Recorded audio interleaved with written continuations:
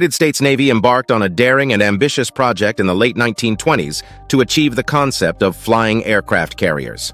This endeavor began in the decade of the 1920s.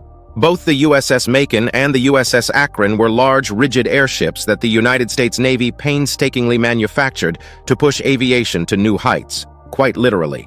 These enormous airships were intended to serve as movable platforms capable of carrying and deploying lightweight biplane fighters, which would fundamentally alter the mechanics of aerial combat. Both the USS Macon and the USS Akron were amazing feats of engineering. They were almost 800 feet long and could hold more than 6 million cubic feet of gas. With their ability to fly over land and sea, these huge airships seemed like a good way for the U.S. Navy to expand its reach and military options. The forward-thinking design of the airships made it possible for them to transport a group of 5 lightweight Curtiss F-9C Sparrowhawk biplane fighters. These aircraft were equipped with an innovative hook and trapeze mechanism that allowed them to be launched into the air and recovered while in flight. As a result, they were the world's first airborne aircraft carriers. In theory, the concept seemed groundbreaking. Combining the advantages of air and sea mobility, the airships could swiftly position themselves over any region, providing unparalleled reconnaissance and support capabilities. Their ability to scout far beyond the horizon offered a tactical edge over conventional surface ships of that era. On the other hand, these enormous objectives did not come without any difficulties. The agility of the airships in unfavorable weather conditions was one of the most critical challenges they were up against. Due to the fact that they were enormous gas-filled constructions, they were prone to the caprices of nature, particularly when it was stormy outside. The management and navigation of these behemoths proved to be a challenging endeavor, and the legacy of their fragility would come back to haunt them later. Tragically, both airships experienced devastating accidents that shook the confidence in the concept of flying aircraft carriers. In April 1933, the USS Akron crashed into the Atlantic Ocean off the coast of New Jersey, claiming the lives of 73 out of 76 personnel on board. 2 years later, the USS Macon faced a less fatal but still significant accident, leading to the loss of 2 crew members. The catastrophic accidents were a sobering reminder of the risks associated with operating such colossal airborne structures, and they ultimately contributed to the end of these pioneering projects. Though tragically brief, the missions of the USS Macon and USS Akron changed the course of aviation forever. They brought attention to the enormous difficulties and inherent dangers of operating big, rigid airships. As a forerunner to later innovations in aerial warfare, these early trials of airborne aircraft carriers also cleared the path for improvements in aircraft launch and recovery techniques. Even though they were lost too soon, the idea of a flying aircraft carrier stuck around in the military. In the future, when technology and strategic requirements change, the lessons from these groundbreaking projects will be reviewed and recreated. During the Cold War, the United States Air Force brought back the idea of a flying aircraft carrier as a way to get better reconnaissance and strategic benefits. One of the ideas that were tested was to use the Republic F-84 Parasite fighter, a small plane that could be fired from the belly of a B-36 Peacemaker, a big nuclear bomber. The idea was to deploy the F-84 fighter for reconnaissance missions, allowing it to scout enemy territories or gather critical intelligence. Once its mission was complete, the F-84 could return and dock with the mothership, the B-36 Peacemaker, for recovery. However, while the idea appeared to have potential on paper, actually putting it into practice created a number of serious challenges. The logistics of launching and recovering aircraft while they were in mid-flight needed precise coordination and specialized equipment, and any mistake that occurred while these operations were being carried out may prove to be fatal for both the mothership and the Parasite fighter. One expert says, launching and recovering aircraft in mid-air is an incredibly challenging task. It demands perfect synchronization between the carrier aircraft and the Parasite fighter, which is no easy feat, especially during high-stress missions. Another said, moreover, the Parasite fighter's limited fuel capacity and payload capabilities made it less practical for long-range operations. While it could be useful for short reconnaissance missions, it didn't offer the versatility of traditional carrier-based aircraft. Even though the engineering behind the F-84 Parasite fighter was amazing, it was never used on a large scale. It was more of an interesting experiment, and as long-range bombers with intercontinental ballistic missiles got better, they made such unusual methods less important. The development of intercontinental ballistic missiles enabled the United States to strike targets globally without the need for forward-deployed aircraft. This shift in strategic focus rendered the idea of a flying aircraft carrier less relevant in the face of these more potent and reliable weapons.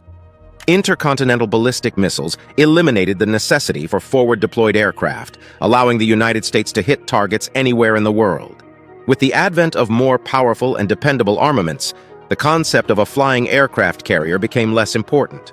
Unless similar escort aircraft could be designed to fly alongside the airborne carrier, it would remain exposed and susceptible to enemy attacks, be it missiles or kamikaze-style strikes. The risk of such a high-value target becoming a flying bullseye made the concept all the more challenging to justify. As we learn more about the concept of flying aircraft carriers, we start to doubt and worry about how realistic this big idea is. Military experts and scholars have asked important questions about whether or not it would be possible to build these huge planes. Let's look into the reasons why people are skeptical about this bold idea. Even while the idea of a flying aircraft carrier can sound exciting, one must not lose sight of the tremendous costs that are associated with building one and keeping it operational. It would take tremendous financial resources to construct and maintain such a massive flying platform in the air. The costs of constructing a flying aircraft carrier are projected to be exorbitant. From developing advanced technologies to ensure stability and flight capabilities, to engineering materials that can withstand the immense stresses of flight, each aspect demands substantial financial investments. Moreover, the maintenance and operation costs of such a mammoth aircraft carrier would pose an ongoing financial burden on any nation. It's possible that from a military point of view, the advantages of having a flying aircraft carrier don't exceed the drawbacks and restrictions it imposes. It would be a high-risk proposition to use an airborne platform because of its susceptibility to enemy attacks, particularly those carried out with advanced missiles or in a kamikaze fashion. Indeed, unlike conventional Navy carriers, which are normally ringed by destroyers and submarines for defense, a flying aircraft carrier would have no such protections. The airborne carrier would be vulnerable to a wide range of dangers if it were to operate in the air, including sophisticated missile systems. It would also be less able to avoid or defend against attacks because of the lack of natural barriers, such as water. Due to the large financial and practical risks, it's important to ask if the benefits of such an investment are worth the work. With their intercontinental ballistic weapons, long-range bombers can already reach any place on Earth. Moreover, a flying aircraft carrier without proper screening aircraft to fly alongside it would be vulnerable to smaller and more agile enemy fighters, making it challenging to maintain a defensive perimeter. The evolution of long-range bombers has significantly reduced the need for flying aircraft carriers. Capable of reaching any corner of the world, these bombers provide a strategic advantage without the immense complexities and risks associated with an airborne carrier. Aircraft carriers on the water are naturally mobile and safe, which makes deployment and task completion easier. On the other hand, an aircraft carrier that could fly would need a lot of resources just to stay in the air and wouldn't be as flexible as one that could sail. Even though the idea of a big airplane carrier that can fly seems unlikely, there may be other, more realistic and less expensive options worth looking into. Unmanned aerial systems like the X-61A Gremlin air vehicle have a lot of potential for tasks like reconnaissance. In fact, new advances in the technology of unmanned drones have made it possible to find more practical solutions. Smaller and more maneuverable drones, like the X-61A Gremlin air vehicle, can be used for a variety of military tasks, such as reconnaissance and monitoring at a lower cost. Drone technology is advancing at a rapid pace, and it is possible that in the near future, aerial combat will involve the use of drone swarm tactics. These tactics involve a network of smaller drones that operate in unison, and they present both new opportunities and challenges for military strategists. Now let's look at the fascinating world of Dynetics' Gremlin air vehicle, the X-61A, a realistic and innovative solution in the realm of unmanned drone technology. The X-61A Gremlin, which was created by Dynetics with assistance from the Defense Advanced Research Projects Agency, DARPA, represents a significant advancement in unmanned aerial systems. In contrast to the grandiose concept of a flying aircraft carrier, the Gremlin employs a swarm-based strategy in which multiple small drones collaborate to accomplish tactical objectives. The Gremlin program aims to utilize a C-130 transport aircraft as a launch platform, providing the military with a cost-effective and versatile solution. These drones can be deployed in swarms, numbering in the dozens, from the C-130 at high altitudes, entering the operational theater seamlessly. As soon as they are airborne, the Gremlins are able to carry out a variety of missions, some of which include intelligence, surveillance, and reconnaissance (ISR) operations. They are able to collect important data despite their small size, and their superior sensors let them monitor the activities of the enemy and offer military commanders with real-time situational awareness. But the most amazing thing about the Gremlin is that it can be picked up in the air.